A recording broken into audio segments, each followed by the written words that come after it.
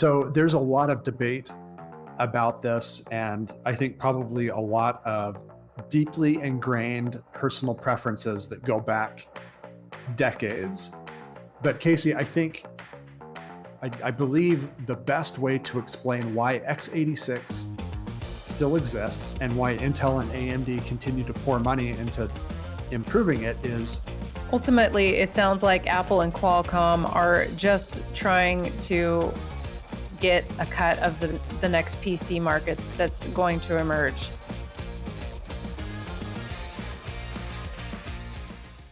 Welcome back, everyone.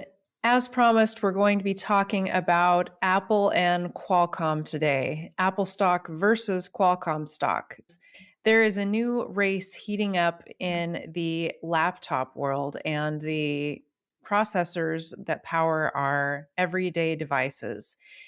Apple has released a new M3 chip recently, and Qualcomm has promised that next year we will have a possible competitor to the x86 chips that dominate the market today. So, we're going to talk about both of these companies, their business models, and which one is a better buy right now. so maybe a quick note here. Of course, Casey and I are not tech spec reviewers. We are going to be talking a little bit about specs on laptops, but if you want like a more in-depth, nuanced discussion of that, lots of folks out there on YouTube, lots of media articles that cover that. We're going to be talking about a lot of this in the light of the industry overall and business models.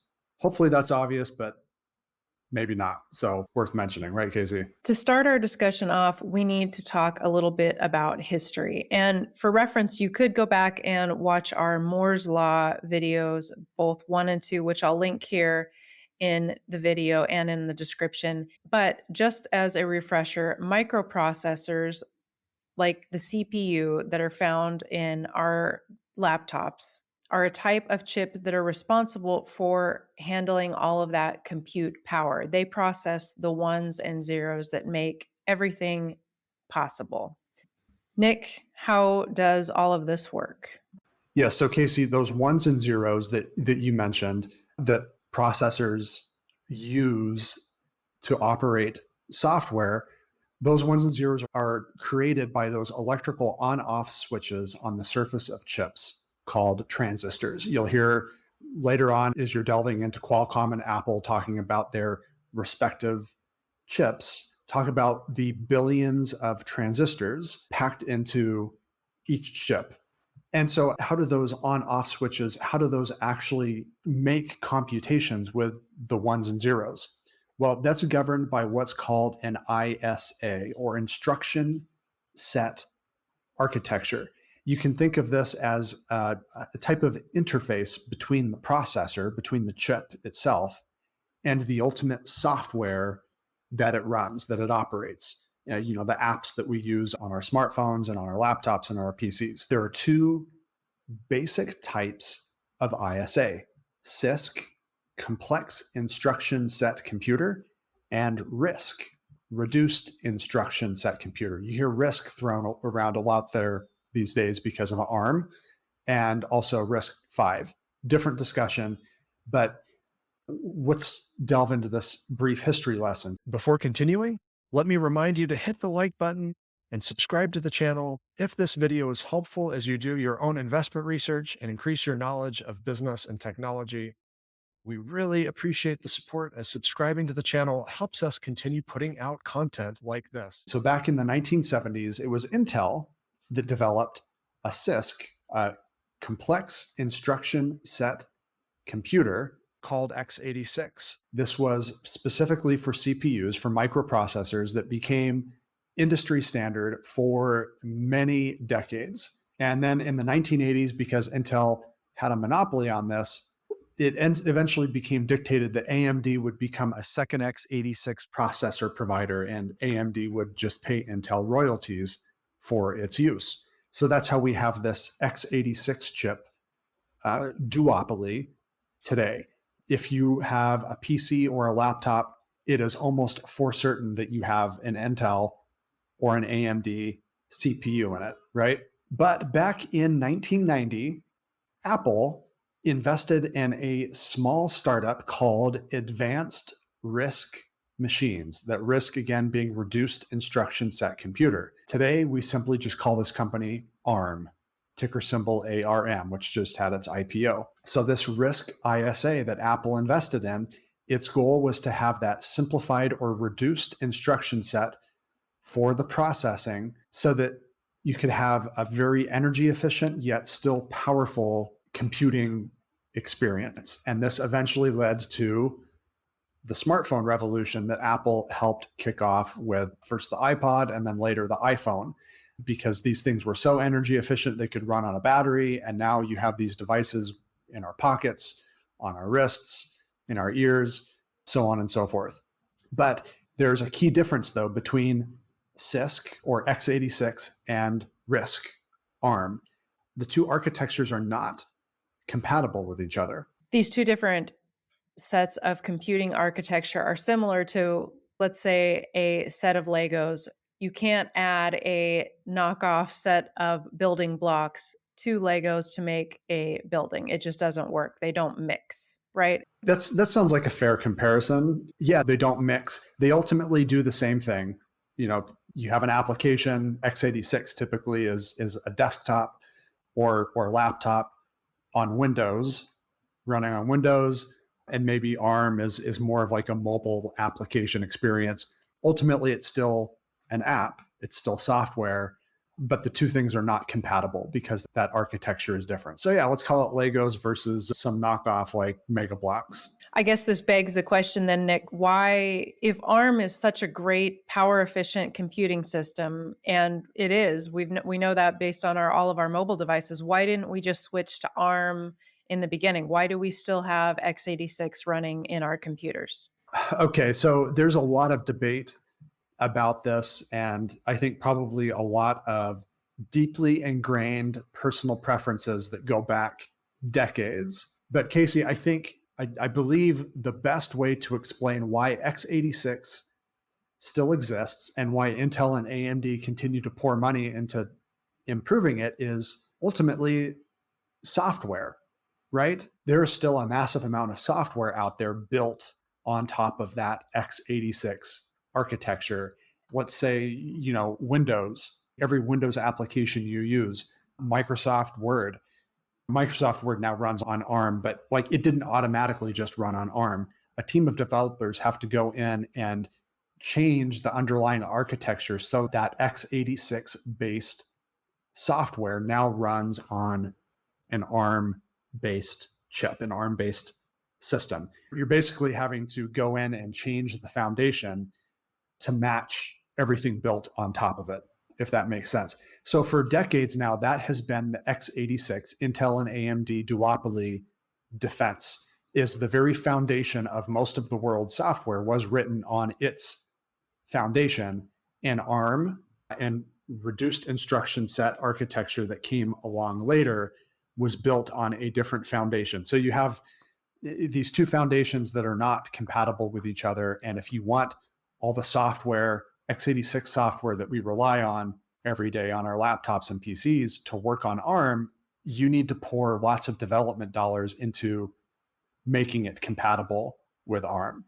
So that's been the defense. That's why Apple has sort of developed as its own standalone ecosystem apart from laptops and PCs. Yeah, that makes total sense, Nick. But why did Apple use x86 chips in their MacBooks then? Why didn't they just go automatically to an ARM processor at the very beginning? Because of this unique ecosystem that they had already. So I think this is also part of the history, right? Absolutely. I think that speaks to that monopolistic chip empire Intel was sitting atop for decades. And a lot of companies have been chipping away at it for a long time. And it's just taken this long to get to the point where there were enough competing technologies out there for Apple to branch off completely and say, we're doing our own thing. So this brings us to 2012, when rumors started that Apple was developing its own PC processor in a planned exit from Intel. Right. This is an interesting starting point for the rest of our discussion, Casey, because at this point in 2012, the iPhone has been out for a few years. There's a few generations of iPhone now. It has spawned the mobile computing revolution. The obvious benefits of these ARM-based chips are now apparent. So yeah, 2012, these rumors surfaced that, hey, everything that's great about the iPhone might actually come to the Mac universe. And interesting enough, Casey, also in 2012, Windows RT devices launch alongside Windows 8. Do you remember Windows 8? I don't think anyone remembers Windows RT. Maybe a few of you remember Windows 8 and that kind of disaster of an operating system. But Windows RT, they created a tablet running on Windows based on ARM-based chips. But just a few years later, Windows RT is declared dead. In 2015, there's lackluster device sales. It ultimately lost Microsoft a few $100 million, and they said, we're done. Windows RT is finished. Essentially, what happened here then is these two areas grew apart from each other and continued in that fashion. Smartphones and tablets continued on the ARM-based processor. PCs and laptops continued on the x86 processor. They remained in two separate camps: smartphones, tablets on one side, PCs, laptops on the other. But in 2016, Qualcomm announced an exclusive right to design ARM-based processors for Microsoft Windows laptops. Yeah, that's right. So Windows RT is dead. So there's no bridge between Windows and x86 with those ARM-based chips for mobile, but they're still at it. In 2017, a little bit later that year, Casey, this Windows on ARM project was announced. Qualcomm said by 2018, they would have devices, specifically laptops and tablets, using this Windows on ARM platform, using ARM-based chips, but still the Windows operating system. However, adoption was, again, not very great. It goes back to the software support. Most of the Windows-based applications built atop that x86 platform with Intel and AMD, the underlying chips. The support for that was very limited. And so if there's a limited number of applications you can use, well, the likelihood of you buying one of these devices suddenly goes close to zero. The trend continues. We've got PC, laptop on one side, smartphones and tablets dominated by Apple and Android on the other. But something really big changed in 2020 that added extra impetus for Windows to really, really get serious about adopting ARM instead of x86. And that was the Apple M1 chip, right? Yes, in November of 2020, Apple announced that M1 chip based on ARM architecture. And so that was bringing the iPhone experience, which is seamless performance between device and apps and better battery life, to Mac computers and MacBook. As of this summer, Apple has completely done away with x86 in either their Macs or MacBooks. They're all ARM-based processors. Yes, very sad for Intel. Long, slow decline there. Let's fast forward a few more months to January 2021. Qualcomm announces just a few months later, after kind of fiddling around with this Windows on ARM project, that is acquiring a startup called Nuvia. So Nuvia was founded in 2019 by ex-Apple and Google chip engineers. And their goal with this startup was simply to make ARM-based CPUs. The acquisition is completed just a few months later in March of 2021, and suddenly Qualcomm gets this nice boost for ARM-based CPU design just a few months after Apple announces that M1. In June of 2022, Apple announced the M2 chip, which had sizable performance upgrades over the M1. Performance per watt increased over the M1 was 18% faster CPU, 35% more powerful GPU, and 40% faster neural engine, and 50% more memory bandwidth. So this is, of course, the M1 and then later the M2, Casey, in the midst of the pandemic. And there is this consumer electronics spending spree. So it's interesting here, the first half of 2022, leading up to the release of the M2, Apple's market share of the PC industry actually peaks here in the low teens percentage, according to data from IDC. But this was a big surge. This was a big success for Apple, bridging that gap between what historically was the realm of PC and laptop, and on a completely different camp, the smartphone and tablets. Bridging the gap between the two was a huge financial success. I think that's the big takeaway here from this. And so this is what really got Microsoft really interested in getting up to speed, maybe getting those same ARM chips working in its PCs and laptops as well. And thus this deal with Qualcomm and then Qualcomm's acquisition of Nuvia. Unfortunately, Apple released the M2 just at the wrong time in regards to the consumer market. In the second half of 2022, it was the worst consumer electronics cyclical decline since the dot-com era began. Yeah, and it's been pretty nasty since then, Casey. Like, we're just only now starting to bottom in that demand cycle for consumer electronics here at the end of 2023. So nearly year and a half, very steep downturn. But it's in the midst of this that the M2 gets released. And then in the midst of this, we have all this talk about generative AI and this new use case for AI that helps potentially speed up a lot of things, everything from content creation. It could be writing, it could be artwork, or it could be the actual writing of software code, Chat GPT. But suddenly we have this new computing use case where you have AI being developed in a data center somewhere and being delivered to devices.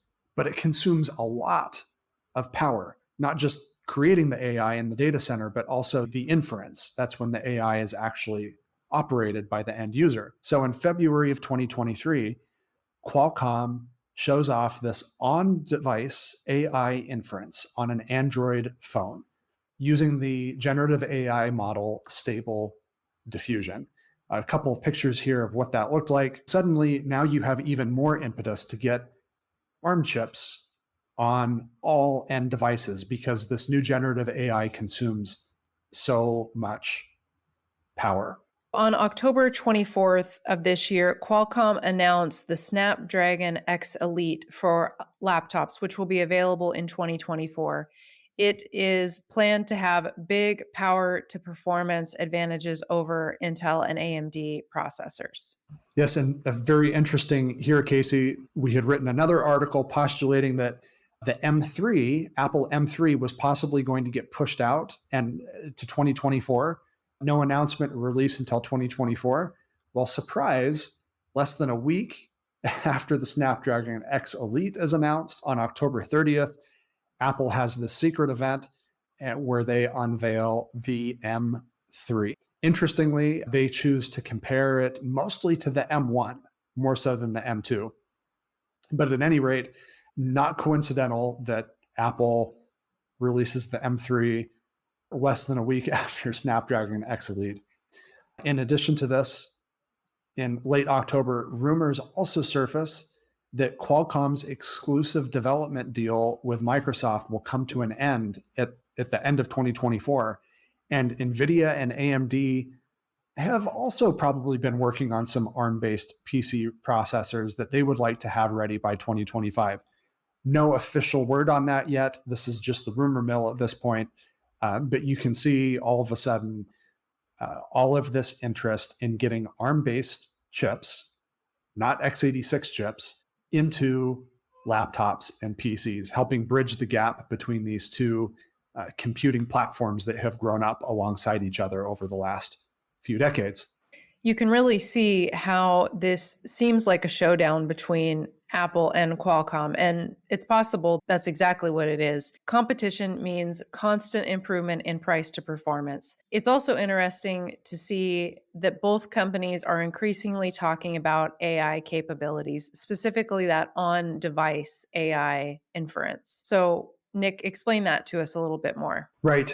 Casey, I think, again, maybe just to reiterate from our history lesson here, two things happened that I think really moved Microsoft and the whole x86 ecosystem, Intel and AMD processors, the instruction set architectures that they utilize, and then the Windows operating system to finally start looking at ARM-based chips more seriously. The first, obviously, that financial success of Apple, not just in smartphones and tablets, but now also in PC land, and then AI. Whenever you have these big jumps in computing use cases, there's usually a big performance increase that comes with that.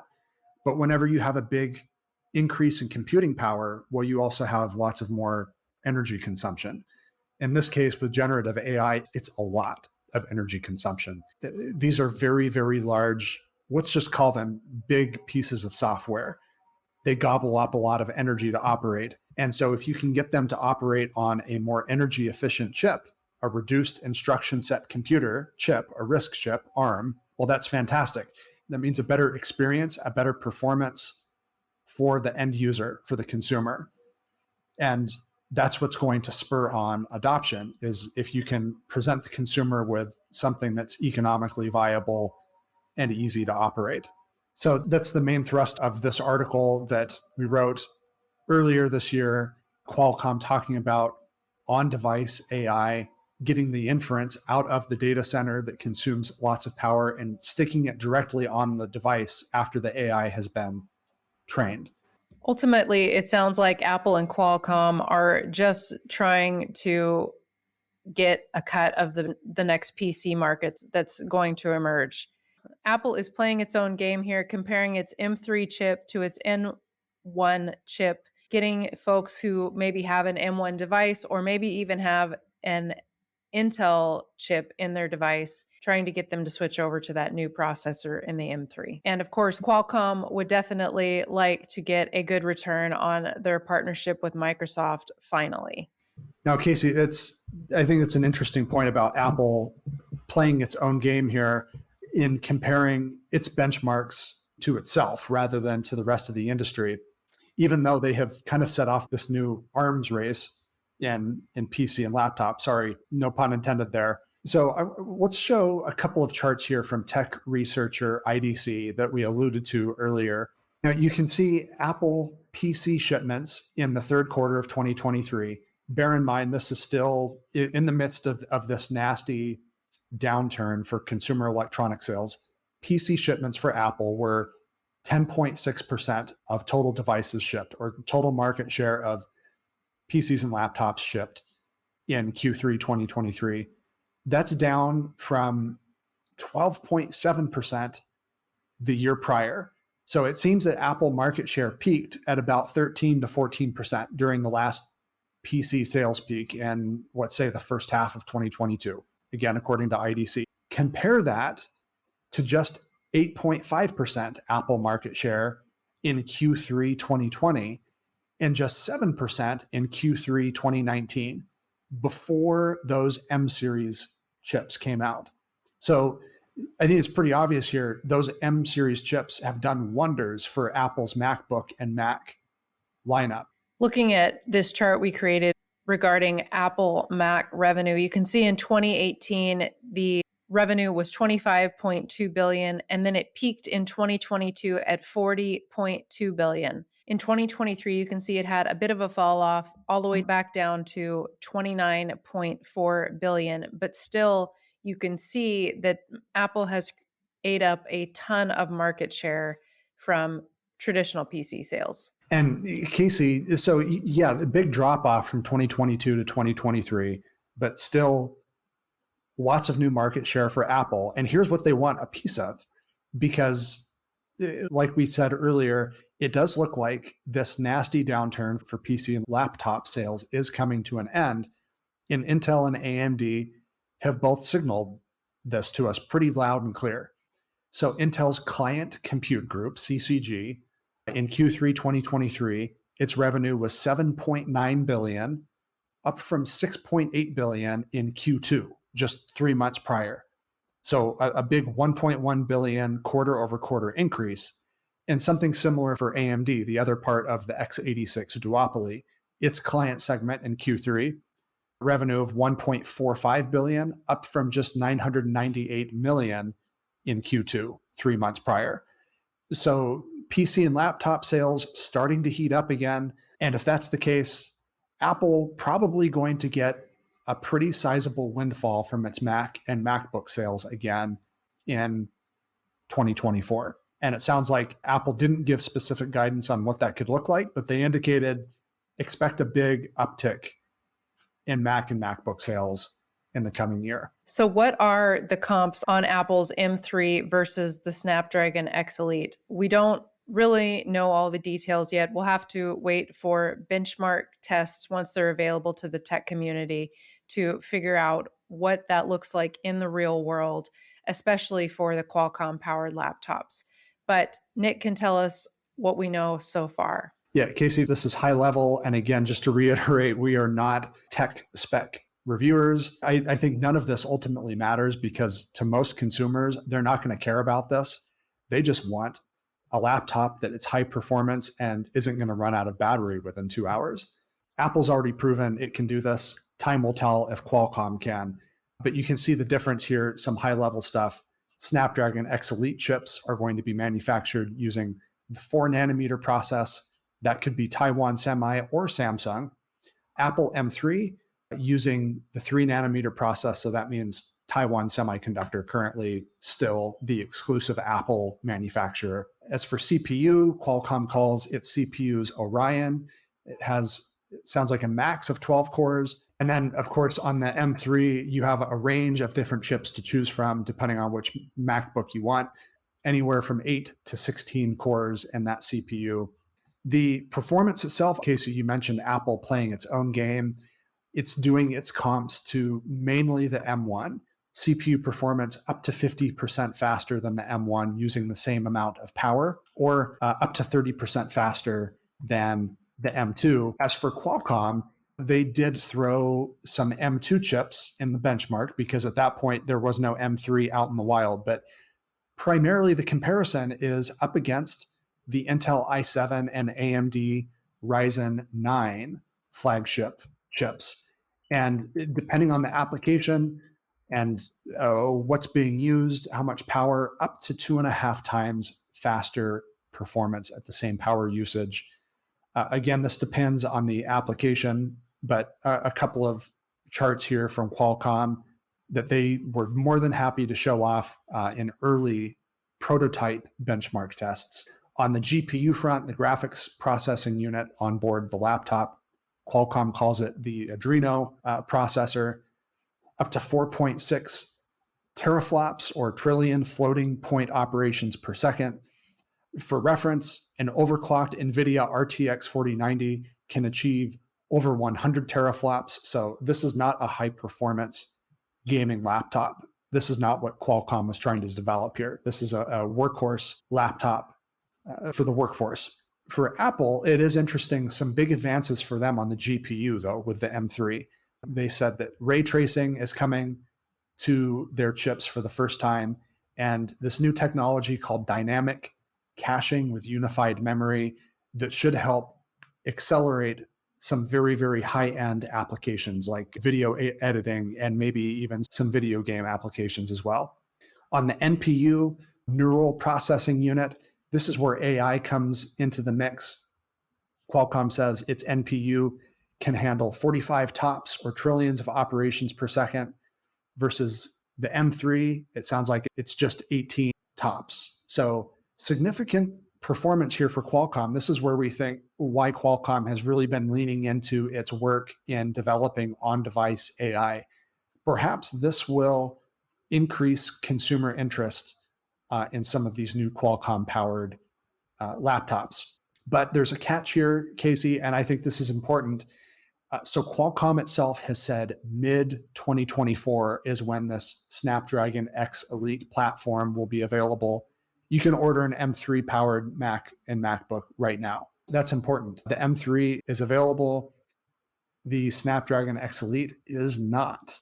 Qualcomm has attracted a number of device manufacturers, a few of them like HP and Lenovo, making appearances at the Snapdragon Summit. Acer, Asus, Dell, Honor, which is a Chinese smartphone company that's entering the PC space, HP, Lenovo, and Microsoft, Surface, Samsung, and Xiaomi, all possibilities for utilizing this new Snapdragon Elite chip. This is clearly the point in the PC upgrade cycle when media hype takes over as everyone is jockeying for market share.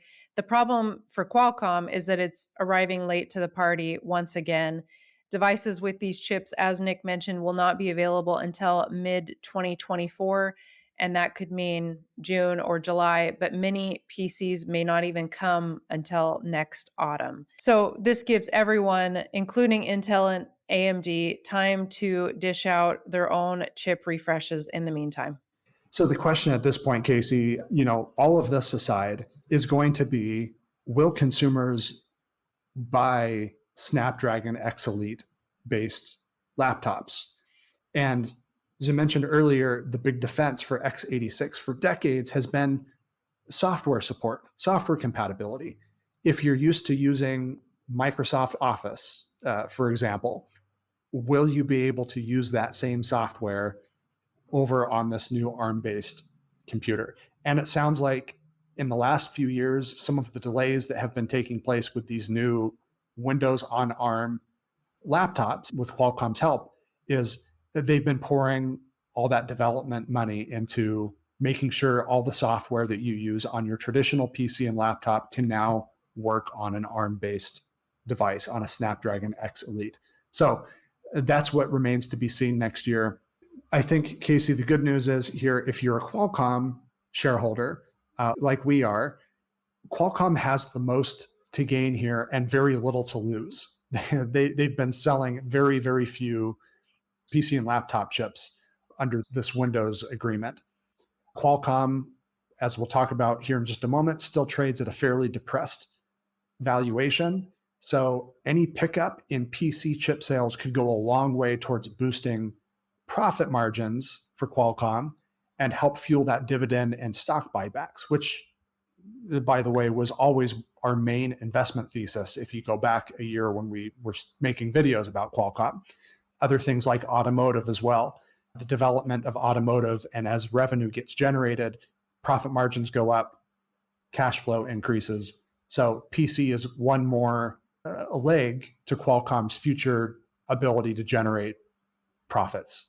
And for what it's worth, Qualcomm is also signaling a big uptick in sequential revenue as well, just like Intel and AMD. They said 9.1 to 9.9 billion in revenue to close out 2023 calendar year, up from 8.6 billion last quarter. Nick, what is the valuation between these two companies, Apple versus Qualcomm? So as of this recording, Casey, end of November 7th, 2023, Qualcomm stock trades for just 14 times trailing 12-month free cash flow. That's based on a stock price of just under $121 per share versus Apple, just under $182 per share. Apple stock actually trades for 29 times trailing 12-month free cash flow. So I don't know, Casey, I feel like investors are constantly giving Apple a pass with that valuation, but they have a much more consistent business model. Even in a pretty bad year, they merely flatlined and they're back to earnings growth already, as they showed off in their latest quarter. So with this valuation, the market is already pricing in Apple's expected uptick in Mac and MacBook sales, as well as iPhone sales. The iPhone 15, it sounds like it's a hit. And so they're going to be back to some probably modest growth for iPhone, their flagship device.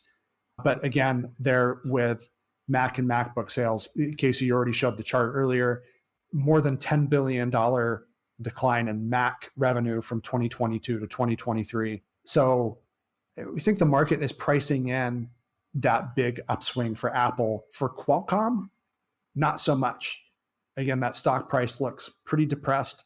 And if they can start to gain a foothold in the PC market, this could be the start of a new growth driver for Qualcomm's profitability in the years ahead. So for us personally, when we're talking about value stocks that we're interested in investing in, which ties into the last episode we did, Casey, where we talked about big semi-safe stocks that you can invest in even during turbulent times.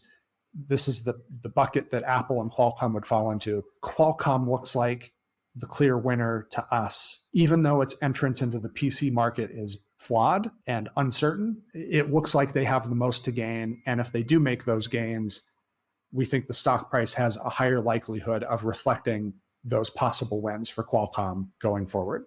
All right, that's a wrap for our episode today at Chip Stock Investor. Make sure you hit the subscribe button and don't miss a video. We have an energy episode coming up, including companies like Air Products and Chemicals, Berkshire Hathaway, Albemarle, and Livent. So stay tuned. We will see you again soon here at Chip Stock Investor.